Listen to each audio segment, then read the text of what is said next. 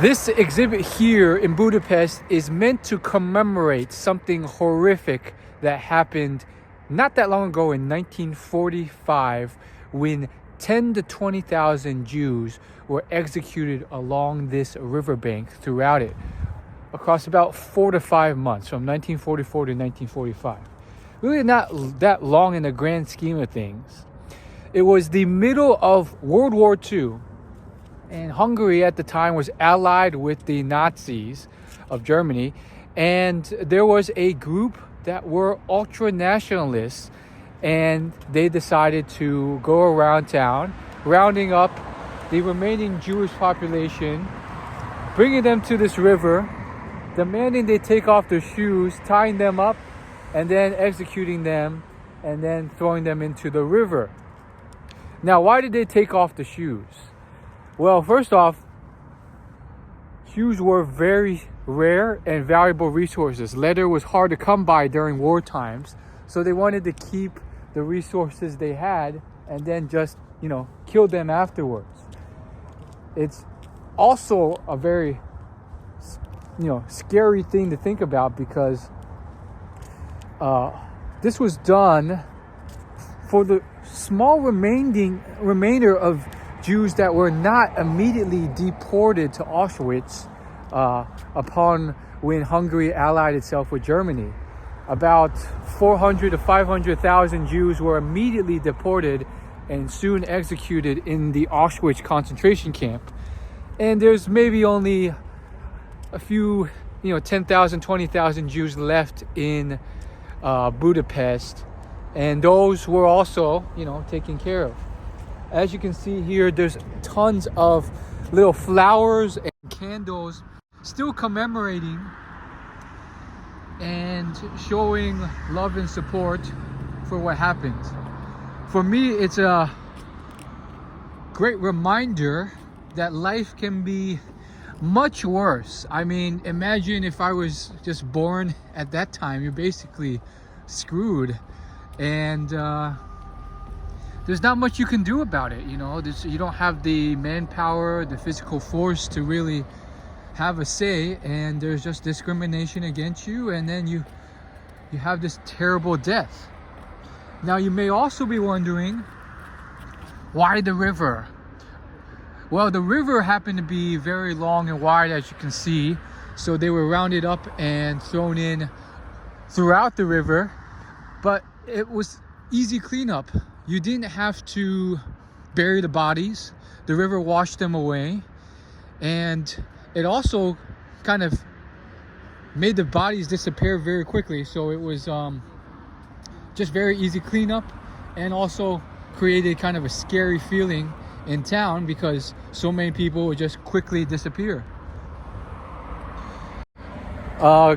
This is such a sombering thing and a cool exhibit. This was installed in 2005, and they intentionally made this exhibit kind of small with all these different sizes of shoes because this is one of those exhibits where the artist really wanted you to kind of see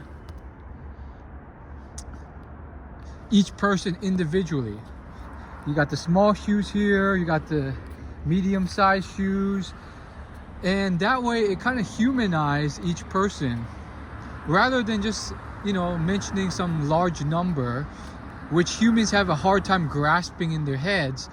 If they see an actual individual or something that's more tangible, it means more to them than a large number.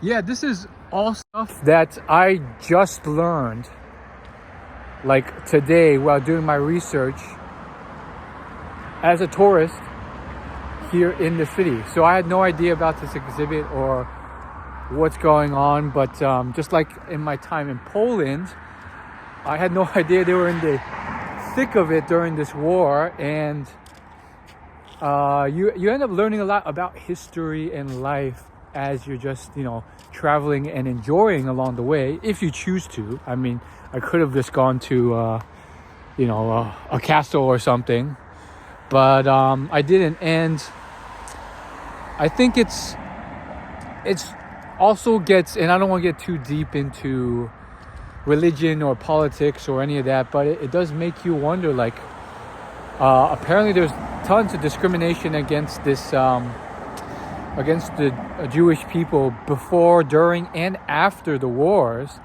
and they just didn't like them. And this has been going on for centuries, millennia, and sometimes, as you can tell, it just gets so extreme that they're just executed in masses.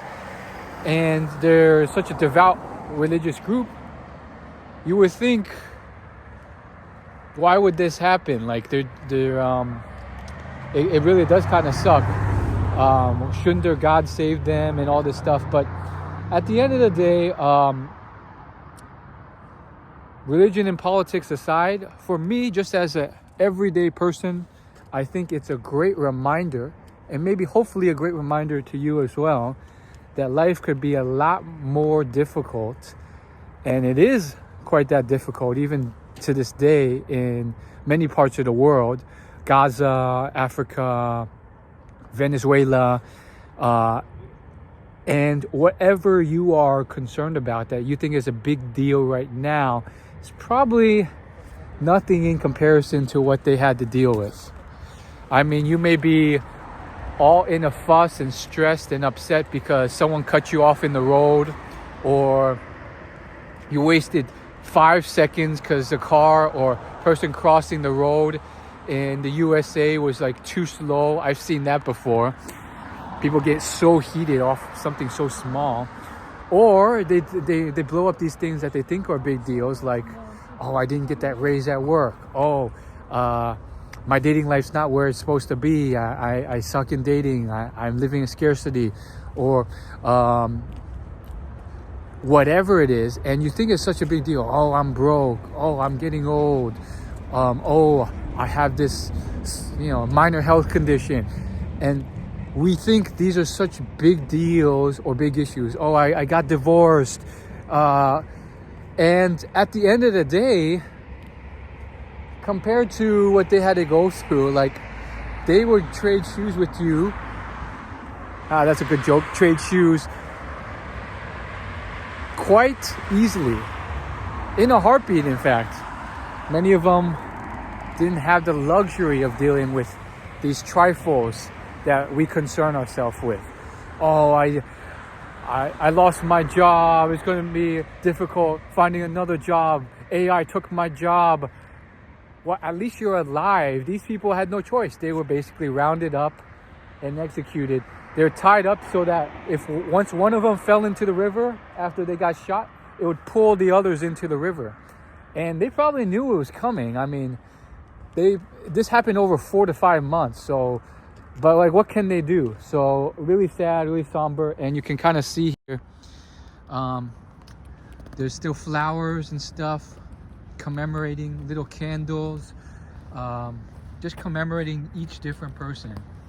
And it makes you think, like, is there a God, or is this all just like survival of the fittest? Like, whoever is the most brutal and dominant, has the biggest weapons, can do whatever they want. Is that how the world works? I'll leave that up for the philosophers, but that's pretty much all I gotta say.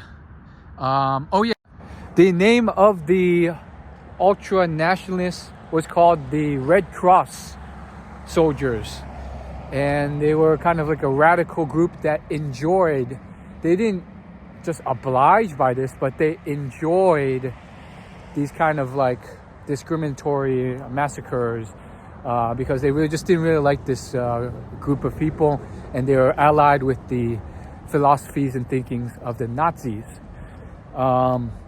It's quite scary in a way to realize that this stuff isn't just happening in some far distant land long ago. I mean, it's right here, and it's 80 years ago.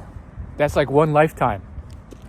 So quite crazy. I mean, it's almost kind of cult-like, where these extreme beliefs don't seem so extreme when indoctrinated properly across the group. And all of a sudden, the whole country believes it and whatnot. But point is, let's not get into politics or religion. Just a friendly tourist doing his tourist stuff. Now I'm off to see some more fun things that are less somber. But a great reminder to be thankful for our lives.